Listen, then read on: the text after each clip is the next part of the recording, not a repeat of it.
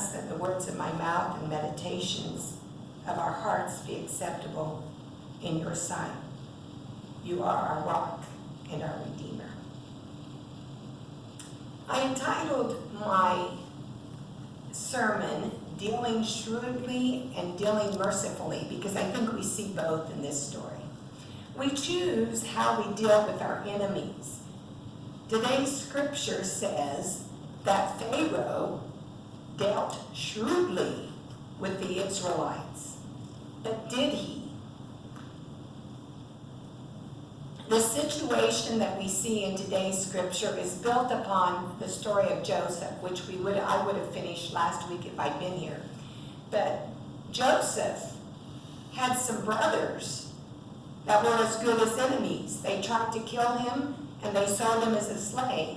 And with brothers like that, who needs enemies, right? Joseph's unexpected reunion with his brothers when they came seeking food because of the famine was very emotional to him. And it gave him some choices. He could have had them imprisoned. He could have had them killed. He was shrewd in how he revealed himself to them because he tested them to make sure that they were sorry for what they'd done. And he made to make sure that he would get to see his younger brother and his father. But in the end, Joseph dealt with them not with shrewdness, but with mercy, forgiving them and offering them a share of his influence and wealth. The combination of shrewdness, cleverness, and mercy got him what he wanted. He was able to help and restore his family, to see his little brother Benjamin and his father Jacob, and to live with them nearby. And most of all, he was able to see how God was working the difficulties of his life for good. Remember, he told his brothers, what you meant for evil, God has used for good. But years later, a king arose in Egypt that did not know anything about Joseph. And he began to resent the Israelites. Now, reading the story, we know that the Israelites did not completely integrate and assimilate. They were involved with the Egyptian culture, but they also lived somewhat apart. At least, and the rulers saw them as a race apart, as a dangerous race, as enemies. And once they considered the Israelites to be their enemies, the rulers went from shrewd to ruthless, even to genocide. They began by enslaving the Israelites. We'll just put them to hard labor work. We need the labor. We'll put them to work, and that would cause them to be diminished. And yet, the Israelites thrived. They ruthlessly added hard, almost impossible labor. They withheld them. They told them to make bricks, but withheld some of the material. And yet, the Israelites thrived. The Egyptians dehumanized the Israelites. Once they said that you could toss an Israelite baby into the Nile, they were saying these aren't even people. These are our property to do with as we wish. They declared their male children worthy only of death. And in doing so, they held human life, if it was an Israelite male, as worthless. They were motivated by fear and greed. They were fearful that the Israelites were so strong that surely they would join their enemies and fight against the Egyptians. And it said they were afraid that the Israelites would escape. And that was an economic blow. If all of that labor left, Egypt could not build the civilization that they were trying to build up. They could not have a thriving economy if that labor were to leave. As I think about this, this was a time before the Ten Commandments, obviously, because Moses was a baby. And yet there is no doubt that what they did was evil. God did not have to make a command to say this is evil.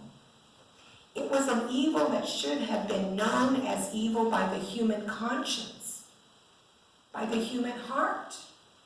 The evil of slavery, the dehumanization of others, and the devaluing of life are evils always willing to rear their ugly head. And we see it around the world. We saw it in the Holocaust, and we saw it in the era of slavery in our country.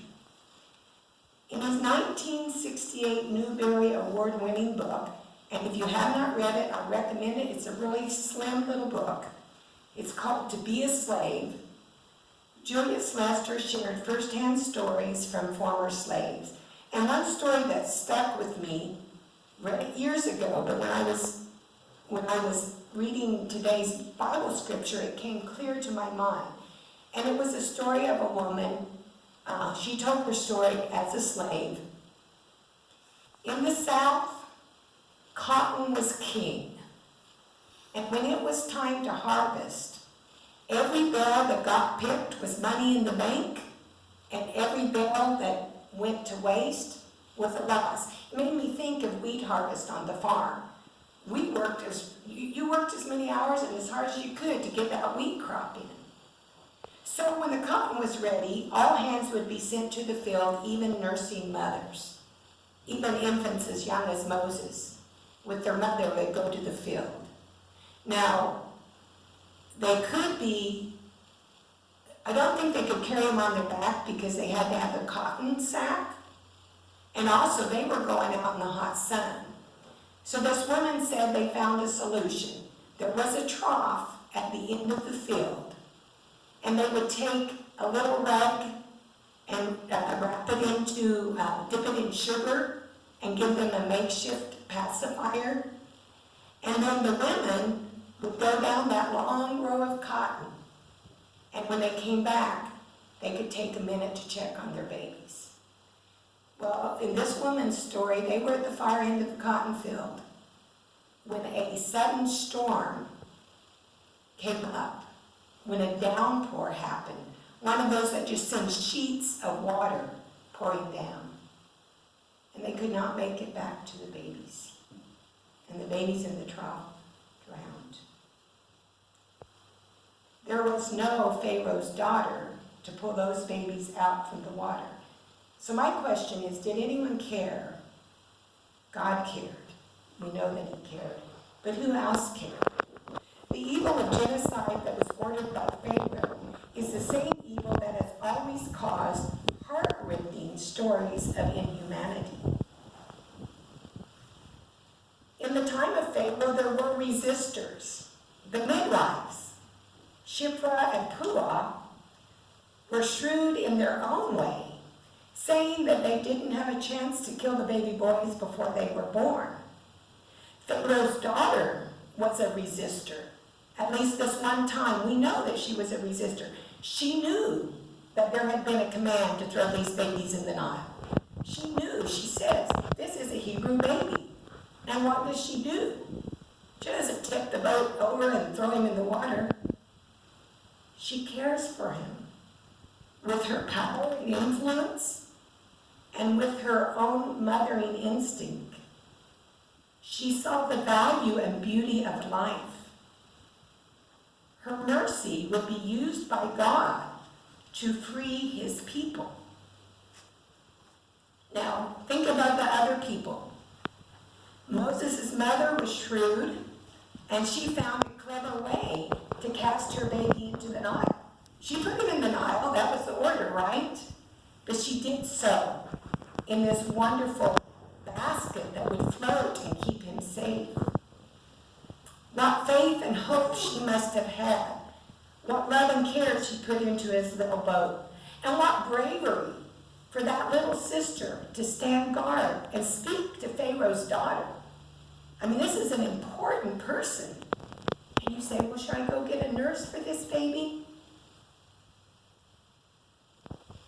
All of their actions put together were being used to fulfill God's purpose and lead to the fulfillment of God's promise. The fulfillment that we know throughout the whole story of the Bible. You know, Jesus was shrewd in many ways. He gave clever answers. He could trap the hypocrites with their own words. And when he sent out his disciples in Matthew 10:16, he tells them, "Look, I am sending you out as sheep among wolves. So be as shrewd as snakes. Be as clever as snakes and as harmless as doves." Now that's quite a command, isn't it? To be as shrewd as a snake and as harmless as a dove.